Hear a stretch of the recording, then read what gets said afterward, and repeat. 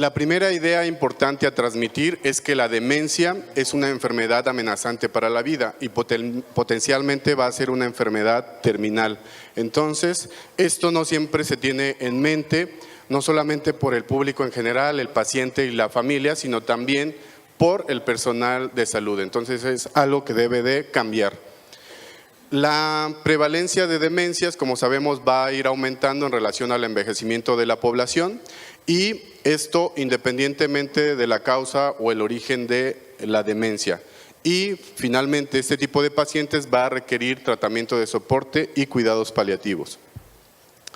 La enfermedad terminal descrita por la Sociedad Española de Cuidados Paliativos hace referencia a una enfermedad avanzada, progresiva e incurable con falta de posibles respuestas de tratamiento y que la expectativa de vida es de 6 meses o menos. Estas enfermedades se caracterizan por múltiples síntomas, son cambiantes, son complejos y algo muy importante es el impacto emocional en el paciente, la familia, obviamente el equipo médico también, por la cercanía de la muerte del paciente. Esta expectativa de 6 meses es más fácil determinarla cuando es una enfermedad oncológica, pero cuando son fallas orgánicas o en este caso la demencia es más difícil hacer el pronóstico. Precisamente la trayectoria de la enfermedad en la demencia se caracteriza por un deterioro progresivo y gradual, tanto funcional como cognitivo, hasta el momento de la muerte. La presentación clínica de los diferentes tipos de demencia en sus estadios tempranos es muy similar, sin embargo, cuando ya se llega a una etapa severa, pues es muy pareja entre todas las demencias. El cuadro inicial, que es diferente, va a llegar a un mismo punto cuando ya hay un severo deterioro cognitivo y funcional. Para el caso específico de la enfermedad de Alzheimer, es el estadio 6 por la clasificación de FAST de Reisberg, donde generalmente el puntaje en el Mini-Mental va a ser menor de 10 puntos. Y este estadio pues, se caracteriza por dependencia funcional total del paciente, incontinencia tanto urinaria como fecal, y en general el lenguaje va a estar reducido a 6 palabras o menos, estas van a ser cortas o monosílabos. Y la etapa terminal de la demencia como tal es un estadio 7C, cuando el paciente está postrado en cama las 24 horas, no puede mantener sedestación, no puede mantener el sostén de la cabeza, ni siquiera sonreír y bueno, es totalmente dependiente. Los cuidados paliativos pueden y deberían iniciarse desde el diagnóstico de la enfermedad. Al principio se tratará de prolongar la vida del paciente y después una transición gradual hacia los cuidados paliativos conforme avance la enfermedad. No va a depender de un tiempo estimado de sobrevida, sino de las necesidades particulares de ese paciente. Obviamente van a ser más importantes en la fase terminal e incluso después de fallecido el paciente. ¿Cuáles son los objetivos de los cuidados paliativos en el paciente con demencia? Mantener y, si es posible, mejorar la calidad de vida, no solamente mediante el control de síntomas, sino también, si es posible, brindar actividades placenteras. Favorecer un ambiente de cuidados óptimo, familiar, agradable para la persona. Algo muy importante, siempre dar apoyo a la familia y a los cuidadores. Y mantener el rol y conexión social del paciente lo más que se pueda. Platicar, reír con él, hacerlo partícipe de todas las actividades que mantenga la familia.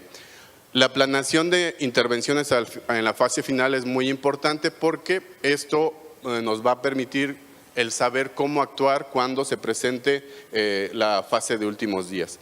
Y precisamente hay que continuar un proceso de atención donde va a ser primero dirigido a mantener calidad de vida, pero ya después a dar calidad en la atención del proceso de morir y no solamente en el evento como tal de la muerte. Y estos cuidados paliativos se deben de brindar en todos los escenarios, en la casa del paciente, en el hospital, en la sala de urgencias incluso, en las unidades de cuidados crónicos y obviamente en unidades de cuidados paliativos o hospice. Las manifestaciones clínicas clave en la demencia que sugieren el inicio de la fase terminal es cuando se presenta el trastorno de alimentación, el primer evento de neumonía por aspiración y después de eso pues infecciones recurrentes, pérdida de peso significativa y múltiples síntomas complejos. Precisamente estos problemas de alimentación se presentan en 86% de los pacientes con demencia avanzada. Y cuando está esto presente, la mortalidad a los 6 meses es del 40%.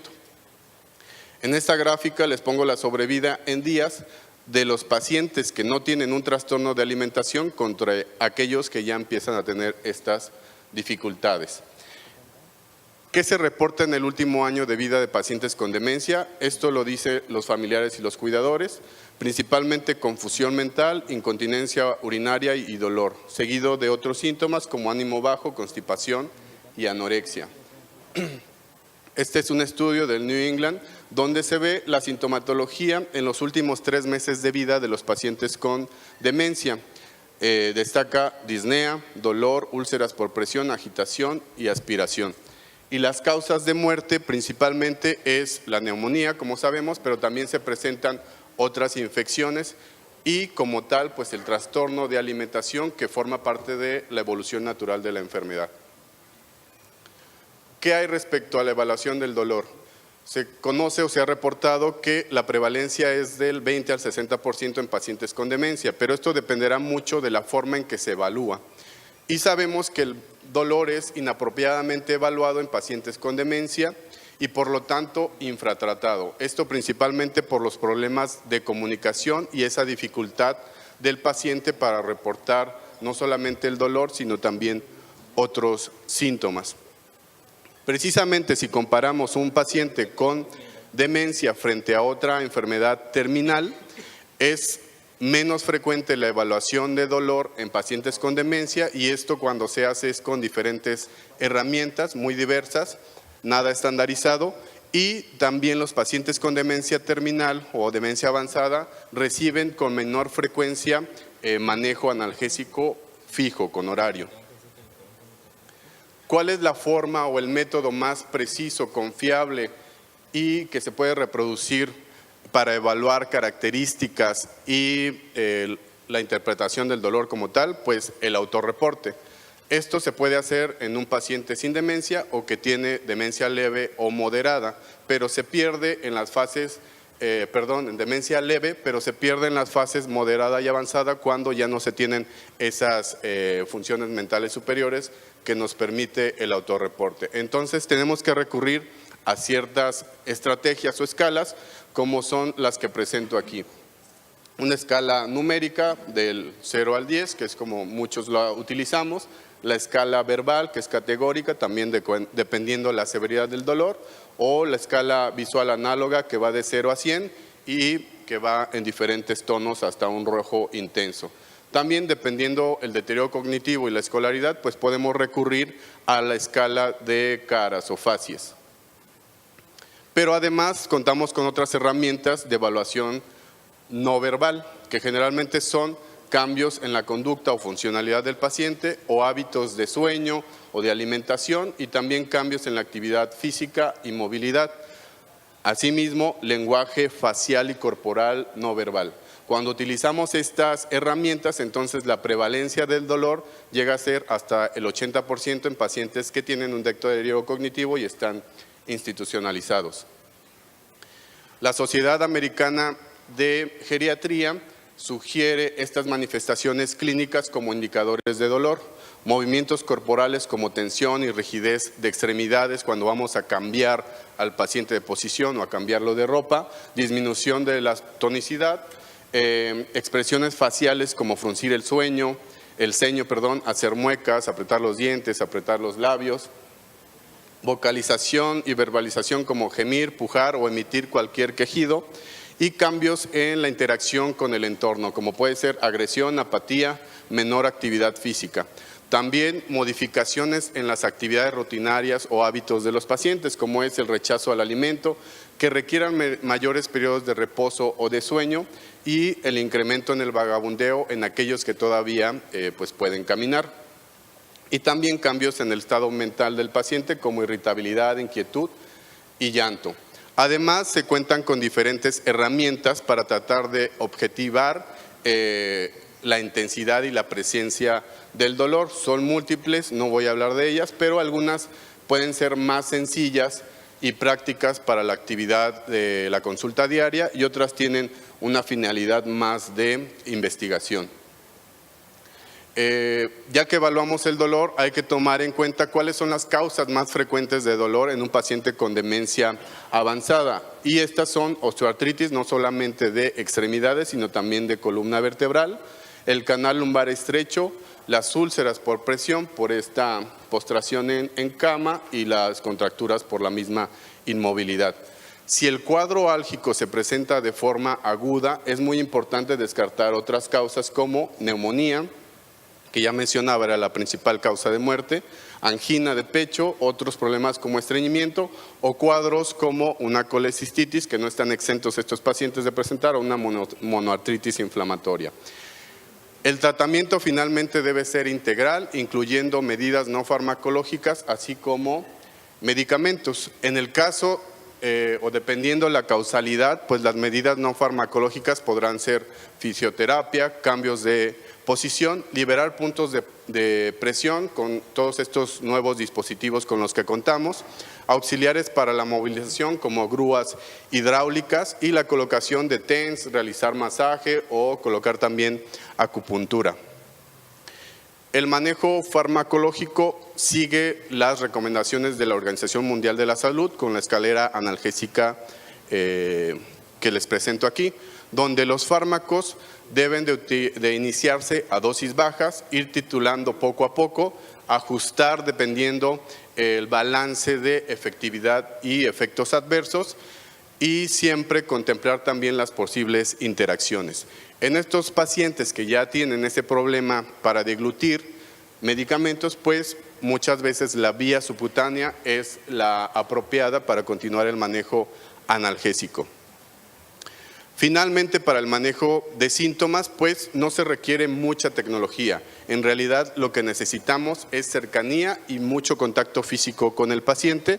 Como se mencionó, pues se requiere un cuidado rutinario de la boca. Se debe dar alimentación paciente, con tranquilidad, con calma al paciente, darle oportunidad de que vaya deglutiendo poco a poco y siempre buscar esas intervenciones de comodidad, hacerle notar que estamos ahí, tener contacto, acariciar, ponerles música, aromaterapia, todo lo que pueda darles un ambiente de mayor tranquilidad, siempre con dignidad y buena atención al paciente y evaluando con frecuencia no solamente el dolor, sino también otros síntomas. En esta tabla pongo un protocolo de intervenciones que propone un grupo de investigación de los Países Bajos en los que se cuentan con seis puntos o seis pasos.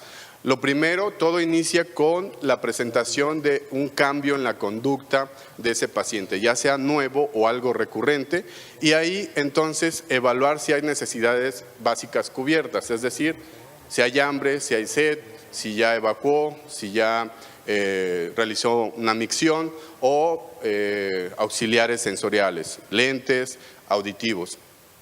Entonces se realiza la intervención específica. En el segundo paso, la exploración física buscando dolor. Si se encuentra alguna patología en específico, entonces dar un tratamiento dirigido o ajustar el manejo de base que tengamos, o si es necesario interconsultar a algún especialista. Por ejemplo, si hay, como mencionaba, una monoartritis, una colecistitis, pues entonces interconsultar o referir al médico encargado. En el paso 2, realizar una evaluación de las necesidades afectivas del paciente. El cuidador, el familiar, la esposa es quien mejor conoce al paciente y las necesidades en cuanto a la cercanía, a la música, la temperatura, la movilidad, el tipo de ropa, todo eso se tiene que tomar en cuenta. En el paso 3, iniciar una prueba terapéutica no farmacológica de confort, es decir, como mencionaba, colocar un colchón de presión alterna, colocar un cojín de descarga, dispositivos que liberen presión, todo lo que ayude a que el paciente esté más cómodo. En el paso 4, administrar una prueba terapéutica. Esto puede ser con un analgésico por razón necesaria, dosis única y vigilar, o si es el caso podemos dejar medicamentos con horarios fijos o aumentar el que ya teníamos de base. En el paso 5, solicitar una interconsulta si es necesario. Ya hicimos toda la evaluación, no encontramos una causa, entonces podemos interconsultar como tal al paliativista, al algólogo, al psiquiatra, para que nos apoyen en la evaluación del paciente. Y precisamente en este paso también podemos incluir el uso de antipsicóticos para controlar la agitación o la conducta del paciente, siempre con medicamentos a dosis bajas, utilizando poco a poco el incremento de la dosis y dejar el menor tiempo posible mientras se vuelve a evaluar el paciente. ¿Dónde se detiene esta secuencia de intervenciones? Cuando el 50% de éxito en el cambio de la conducta se logra o más de ese 50%. Si no logramos, volvemos a empezar. Ahora les presento aquí las dificultades que se tiene para dar una buena calidad en la atención en un paciente con demencia. La falta de entrenamiento del personal de salud, el recambio frecuente del equipo de cuidados, no solamente en casa, sino en unidades de cuidados crónicos, y la presencia insuficiente de médicos. Este grupo de universidades canadienses proponen esta forma de solucionar mediante una intervención multicomponente y multidisciplinaria estas dificultades. El entrenamiento a médicos y equipos de enfermería, monitorización del dolor usando las escalas observacionales que ya les presenté, la rutina de cuidados de la boca, siempre un protocolo estandarizado y programado, la comunicación con familia sobre temas de cuidados al final de la vida, es decir, todas esas decisiones que Pablo va a hablar en un momento, y la inclusión de un facilitador de enfermería para monitorizar toda esta intervención. ¿A qué hace referencia esto? A una jefe de enfermería que pueda estar coordinando a ese personal que tal vez tenga un mayor recambio.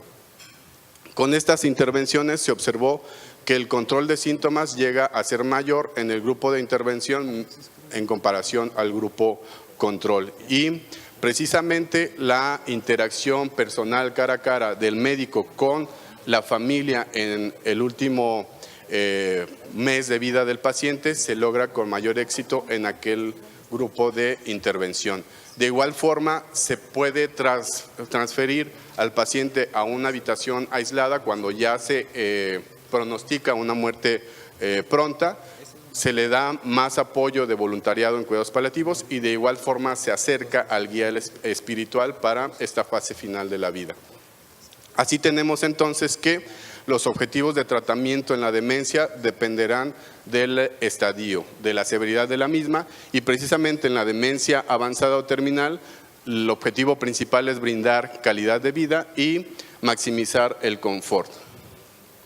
Las conclusiones entonces, las manifestaciones clínicas clave que sugieren el inicio de la fase final de la demencia son el trastorno de alimentación, todo lo que se platicó el día de ayer, pérdida de peso, el primer evento de neumonía por aspiración, que este es muy importante porque va a dictar muchos cambios, infecciones recurrentes. El dolor en pacientes con demencia es inadecuadamente evaluado y por lo tanto infratratado. Es indispensable el uso de herramientas de evaluación no verbal, nos podemos ir familiarizando cada vez más con ellas. El paciente con demencia se puede beneficiar del manejo de soporte y cuidados paliativos desde el momento del diagnóstico, no cuando ya está en una etapa terminal o avanzada.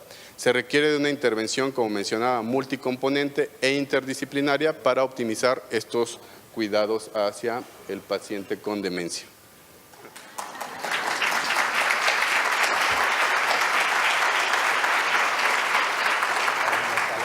Gracias.